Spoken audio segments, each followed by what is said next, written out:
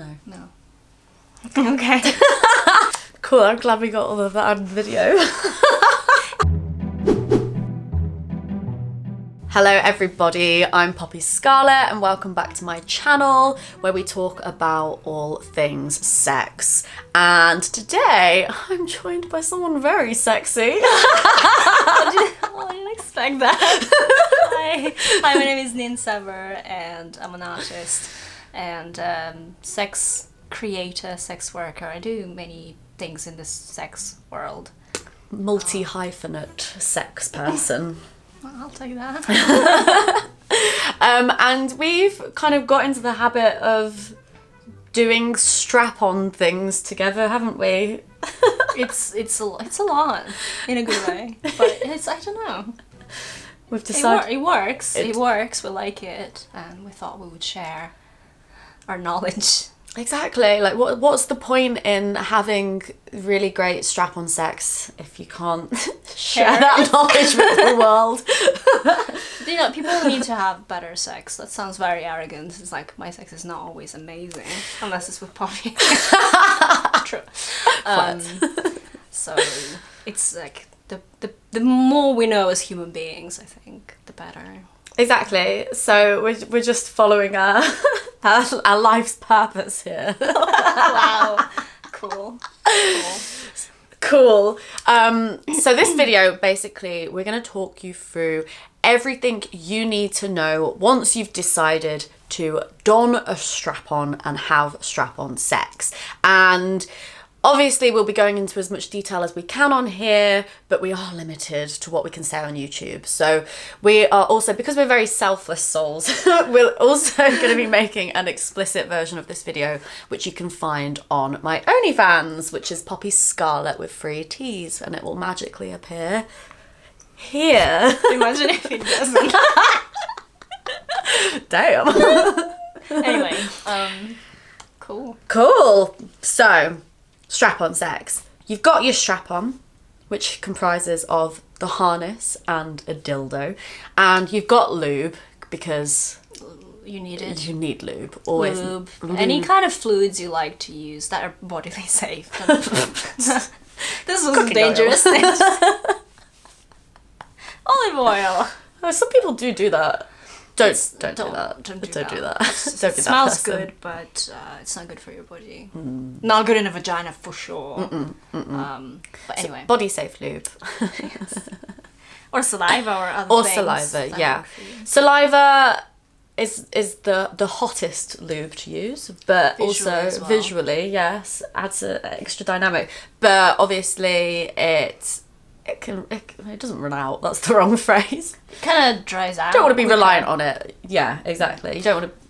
I've done that in the past, but you just keep adding, and it's kind of part of the dynamic. Or part, like, it's just, that's the thing. It becomes the thing. Spit kink, anyone? So you've got those tools, the tools of the trade, and you're ready to start having strap-on sex. So how exactly does it start? Yeah. Well, first of all, you have it on. You have it on. Wow, maybe you don't have it on. Maybe you don't have it on. But you have. The number one tip straight away that we're going to give you is to have already prepared your strap-on for the strap-on sex, by which I mean having tried it on, if it has adjustable straps, adjusting them to your body, and having put the dildo that you're probably going to use into the O-ring, so that when you're ready to get down to it, you can just like grab it, put it on, and it's ready to go. And people often ask, like, oh, how do you stop it being awkward when you're like having to stop to put this thing on? And to that I say that awkward is a state of mind, and if you just choose to think of it as not being awkward, it's not awkward. Just imagine it as part of it. It's not this extra thing that you add. It's not an extra layer. It's just as entwined with everything else you're doing. Make it sexy, make it fun. If it's clumsy, just embrace it and laugh it off. Definitely. It's just your life philosophy. Literally. Big trauma, just laugh at it. Yeah, more of that another time. But you can also make it sexy. Like you can ask the other person to go fetch it for you or to put it on you. You can instruct them to lay there and touch themselves, for example, or like hand them a vibrator or something like that, so they can keep themselves entertained. Or 3 hours later. Or they can just watch you, and it can be like a voyeuristic thing of like part of the preparation and the build up to that penetration. Like it can all be very hot, and if you do fumble, like we said, just laugh at it doesn't really matter. So you've got your harness on. The next thing that you want to make sure is that your person is ready to be penetrated. Your person. So cute. Your sex person. My strap-on person. Yay. Yeah. Make sure they're ready. Yes, make sure they're ready. And by ready, I mean aroused, turned on. The juices are flowing to that area. Their genitals are engorged with blood. That sounds sexy, doesn't it? Yes. And I always like to avoid using the word foreplay because I don't believe in it. Like to me, foreplay is like having a chat, and then anything that happens after that is sex. Yeah, what is it's like making all these other things you can do in sex less important, or that they have to lead to something. And then what do they lead to? All roads lead to the penis. Yeah, and then the old narrative is just so boring. It's so boring. We don't subscribe to that idea of sex. Like whatever that looks like for you, it might be like kissing, fingering, oral, massage, spanking, talking dirty, like whatever it is. All of those things to me are just like part of sex, and the penetration part is just part of it. Another part of sex. Yeah. So once your person is just gagging for it, basically. Yeah, you can really tease them as well. You don't have to, once it's on, you don't have to go straight in just because the genitals are ready for the mouth or whatever. Just, can play and tease. Lots of lube, please.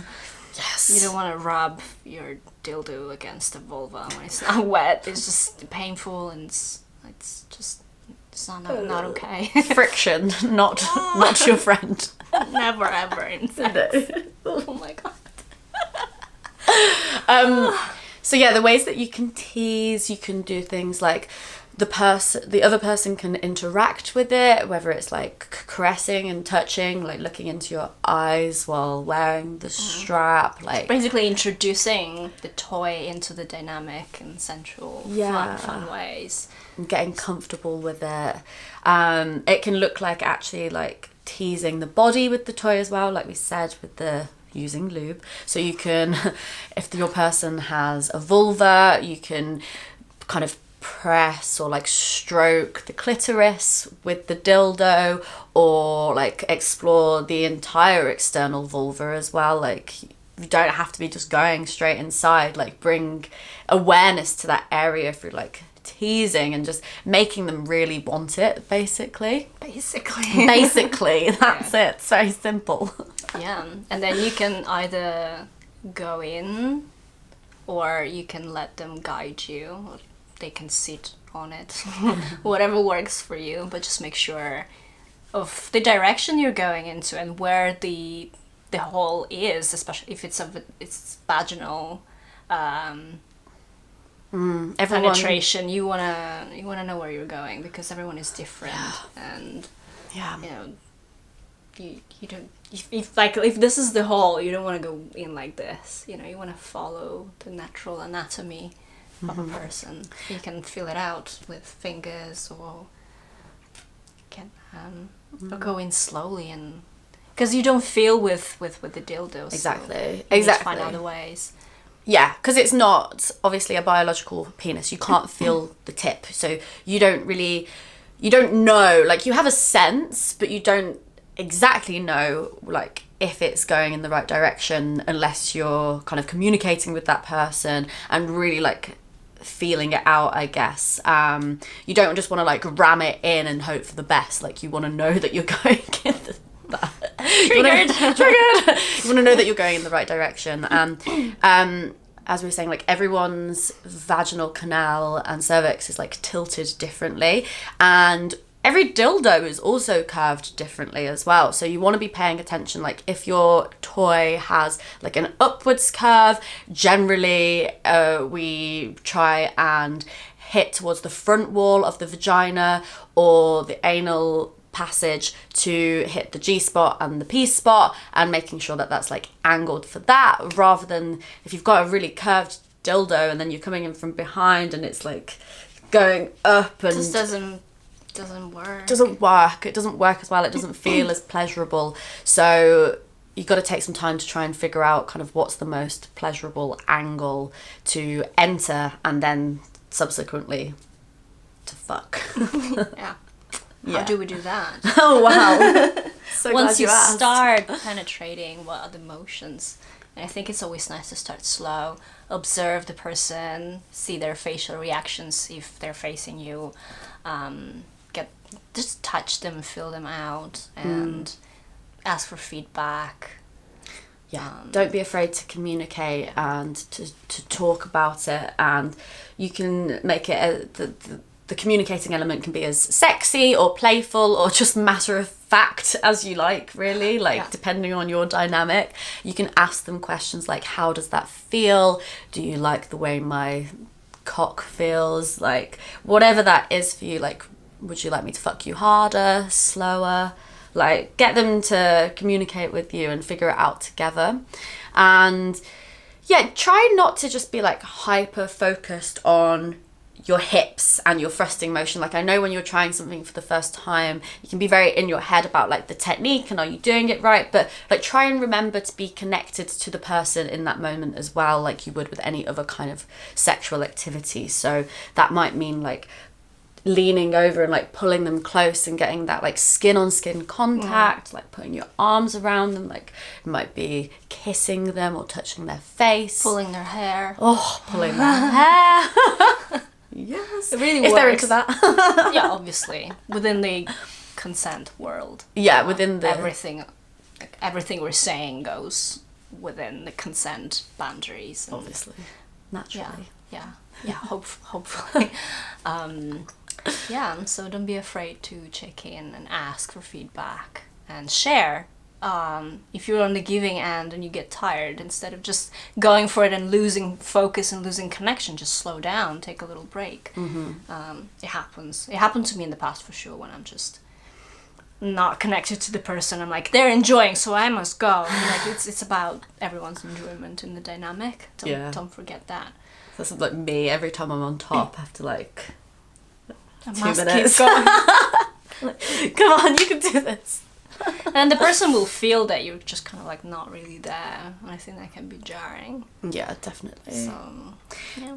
And don't be afraid to take little breaks if you need to. That might look like switching to do something else. It might look like switching who's wearing the strap. It might look like taking the strap off completely and coming back to it later.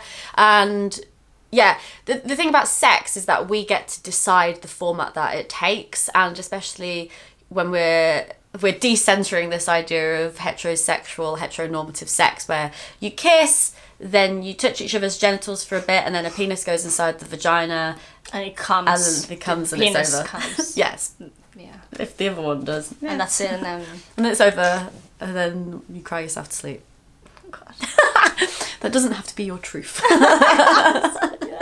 Yeah. You can, like... It's beautiful to have different dynamics, and I think it's very beautiful to fuck someone and stop that and tease them and then go down on them and then fuck them again and just create this bit of edging, fucking situation. And it's just so much fun that it doesn't have to be some chronological narrative. Where are we going? We shouldn't be going anywhere. We should just be in the moment and exploring each other and enjoying what the feelings arising. Same with the strap-on. It's just this thing that you introduce to experience more pleasure, hopefully. It might not work for you, and that's totally fine. Fuck it. Throw it away. Yeah. Keep going, and you can do other things. Yeah, exactly. And if it doesn't feel completely natural the first time, that's perfectly normal as well. Like anything in sex, it's kind of a skill, and you sometimes you just have to put a little bit of time into it and try it a few times to become comfortable with something. So don't be disheartened if you're like, I couldn't get my rhythm right, this isn't for me. Like, no one's really amazing at something that, well, some people are, but some people are naturally gifted. Sometimes it happens. Sometimes it happens. Yeah. But usually... But then there is this expectation that they have to perform or some shit like that. So I think it's just take it easy. Take it easy. It's one of the thousands of things that you can do. Yeah. And also, if you want to add more pleasure into your play, you can add in more sex toys as well, like things that vibrate or suction toys or things that go in your butt if you're not already playing with the butt. But I don't know why that word came out like that. It's cute. Cute. Yeah. So speaking of butt, if you fuck someone in the butt, make sure that you clean the dildo before going in other holes after that. Oh god, yes. It's very important for the pH balance, the vaginal pH balance, or in general not to spread bacteria that shouldn't be spread. Do not cross-contaminate between downstairs holes. Or upstairs. You see that in porn so often now. Yeah, I know. You really do. Well, you see a lot of things in porn that don't make sense in the real world. No, they should. Like waterfall squirting. How do they do that? Is that piss? I thought squirt was kind of piss too. There's a little bit, yeah. So, that's a different video. That's a different video. But yeah. So yeah, like a note on cleaning. Clean your dildo before and after you use it, and if possible store it in a sealable bag, like a microfiber bag or something like that. You can also buy toy storage cases that are antibacterial or that cleanse them through UV light. Yeah, B-Vibe do a really cool it's one. like at the estheticians one. Yeah, kind of is, yeah. That's where I saw it. So it can help to have some pH balanced wipes just in your bedside drawer if you are planning on doing something like that, like swapping between holes, so you can just like clean it on the go, or just take it to the sink and give it a little rinse, like use some antibacterial toy cleaner. Store those toys properly, but it is always best, even if you've stored it well, to just give it a little rinse before you use it as well, because you don't want to be introducing any kind of dust, especially to the vagina, because it's just so many people's pH balances are so easily thrown off. So just make sure your toys are clean. And also, another note on that, use a toy that is non-porous, so silicone. Just you saying that word. Porous. Use like, what is it called? Trico. Oh my god, yeah, the phobia of holes. Yeah, carry on.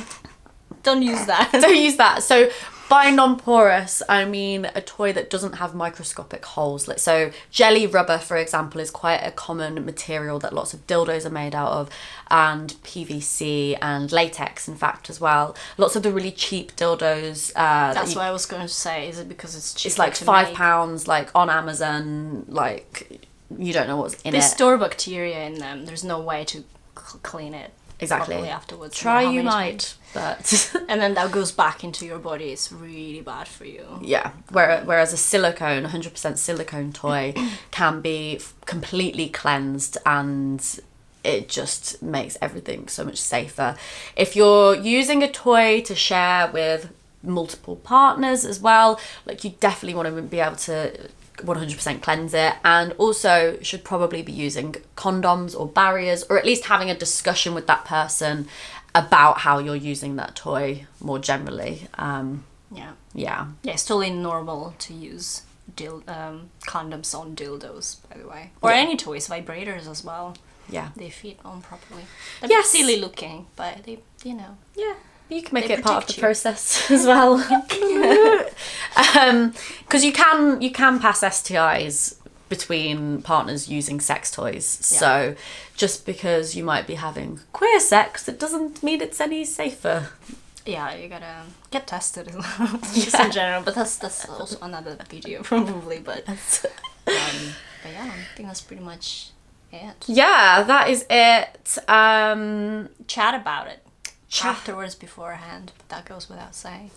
Yeah, I think we should be talking about aftercare across the board really when it comes to sex, shouldn't we? Like, it's an idea that we're very familiar with in the kink world specifically, and in the BDSM world, about having sufficient aftercare after doing something quite extreme or that involves like power dynamics. But actually aftercare is important across the board in any kind of intimate experience. Yeah, it's true. It is true. I think it should be introduced in...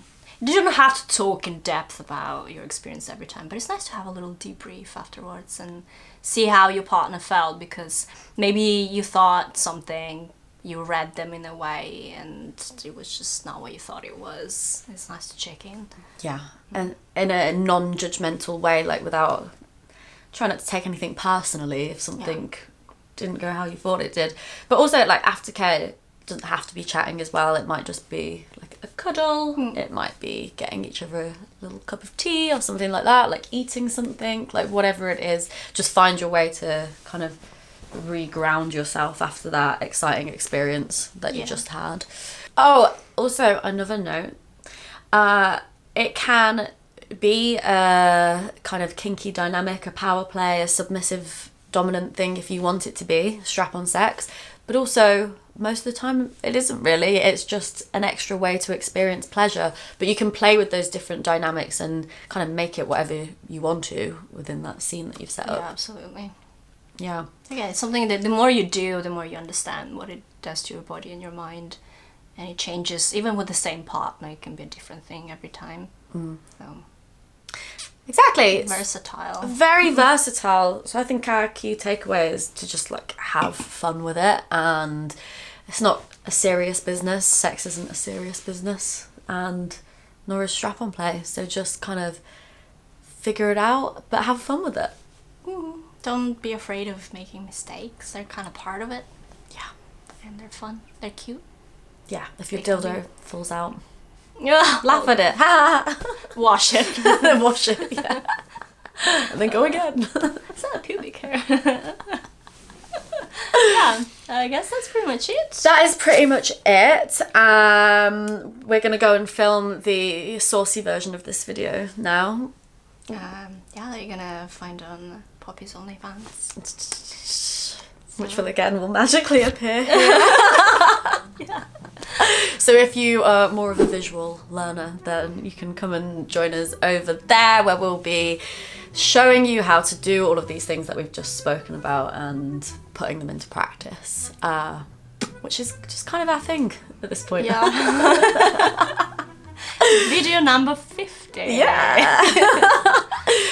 Thank you so much for watching. If you enjoyed this video, please give it a like and subscribe to my YouTube channel, because there's going to be lots more fun sex ed content, and follow Neen as well. Now, Neen do and I it everywhere. It's just added somewhere. No, It's no, just no, easier. no. We just keep pointing at the screen. Yeah. Thank you so much. Bye. Bye.